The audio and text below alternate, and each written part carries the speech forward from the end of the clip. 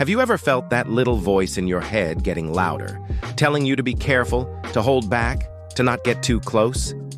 It's a common feeling, especially after you've been let down. Trust is like a delicate piece of glass. Once it's shattered, piecing it back together is incredibly hard, and the cracks always remain.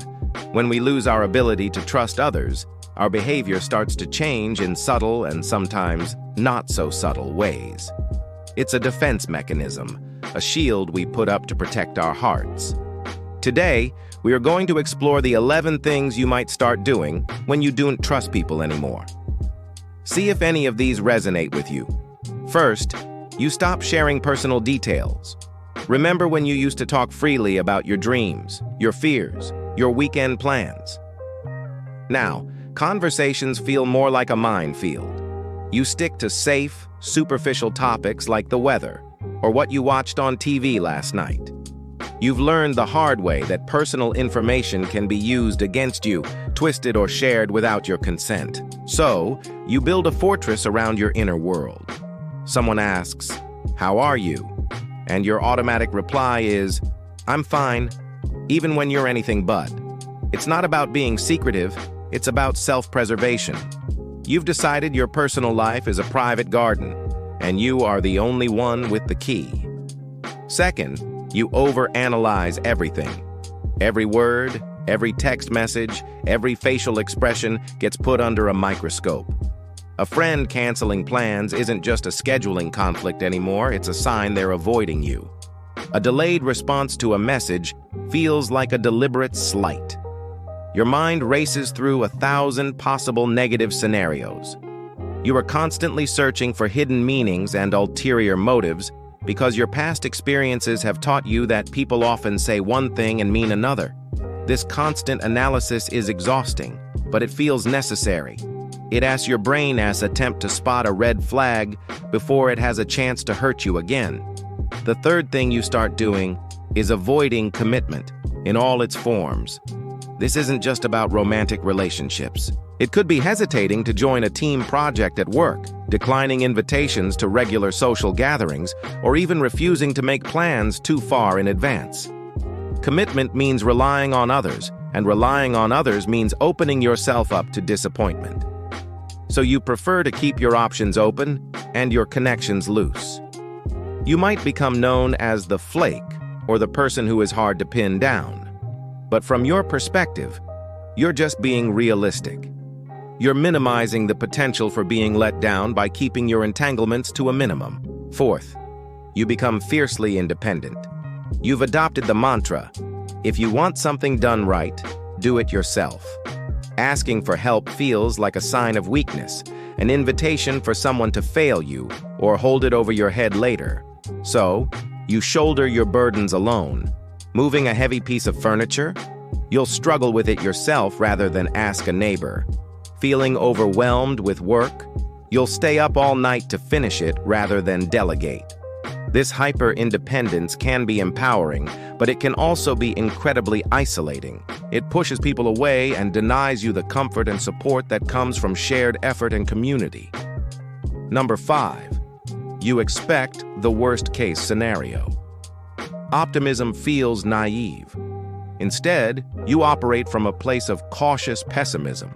When you start a new job, you're already anticipating office politics. When you meet someone new, you're waiting for them to show their true, disappointing colors. This isn't because you're a negative person at heart, it's a defensive strategy. If you always expect the worst, you can never be truly disappointed. You're mentally prepared for things to go wrong, so when they do, it just confirms your worldview. It's a sad way to live, but it feels safer than being blindsided by hope. The sixth behavior is that you create tests for people. You might not even do it consciously. You might forget a birthday to see if they remember yours. You might share a small fake secret to see if it gets repeated. You might intentionally act distant to see if they make an effort to reach out. You're trying to gauge their loyalty, their integrity, and their level of care. You're looking for proof that they are trustworthy before you invest emotionally. The problem is, relationships built on tests are not built on solid ground. You're setting others up to fail and creating a dynamic of suspicion from the very beginning. 7th, you keep a mental scoreboard. You remember every favor you've done, every time you've gone out of your way for someone, and you notice when the effort isn't reciprocated. Relationships start to feel transactional. You're constantly calculating whether the give and take is balanced. If you feel like you're giving more than you're receiving, resentment starts to build. This happens because trust is gone. When you trust someone, you give freely, knowing that they have your best interests at heart. Without that trust, every interaction is measured, weighed, and judged. It drains the spontaneity and joy out of your connections. Number 8 is that your circle of friends gets very, very small, or it might even disappear completely. You find reasons, big or small, to push people away. You've become so sensitive to any sign of betrayal that even minor disagreements or misunderstandings can feel like a major breach of trust. It becomes easier to just be alone. Solitude feels safe. There's no one to disappoint you, lie to you, or hurt you. While having high standards for friends is healthy, isolating yourself completely is a lonely path. We are social creatures, and cutting off all connections can take a serious toll on our mental well-being. 9th, you become highly cynical. You might find yourself scoffing at public displays of affection, rolling your eyes at sappy movies, or dismissing stories of kindness as fake or naive. You believe everyone is out for themselves, that altruism doesn't exist, and that every kind gesture has a hidden, selfish motive.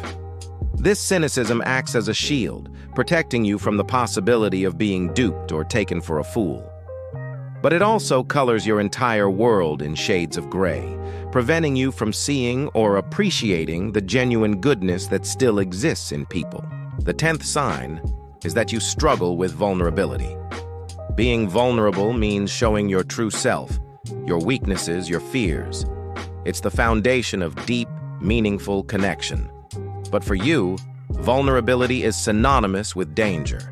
You've been hurt when you let your guard down before, so you vow never to make that mistake again.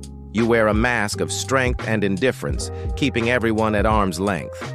You might deflect personal questions with humor or change the subject. The thought of letting someone see the real you is terrifying because it gives them the power to hurt you.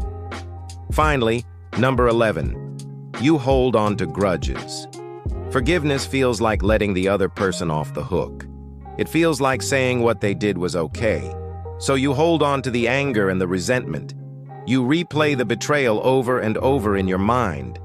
This grudge becomes a part of your story, a constant reminder of why you can't trust people. But the truth is, holding on to a grudge is like drinking poison and expecting the other person to get sick. It traps you in the past and eats away at your own peace of mind. Letting go isn't for them, it's for you. If these behaviors sound familiar, please know that you are not alone. Losing trust is a painful experience, and these are natural reactions to that pain. It's your psyche's way of trying to protect you. But living behind these walls can be lonely and unfulfilling. Healing is possible. It starts with learning to trust yourself again. Your intuition, your judgment, your ability to set healthy boundaries. It's a slow process, like learning to walk again after an injury.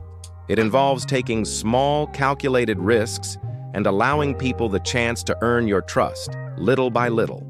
And remember, it's okay to seek professional help from a therapist to navigate these feelings. They can provide tools and support to help you rebuild that bridge to connection. Thank you so much for watching.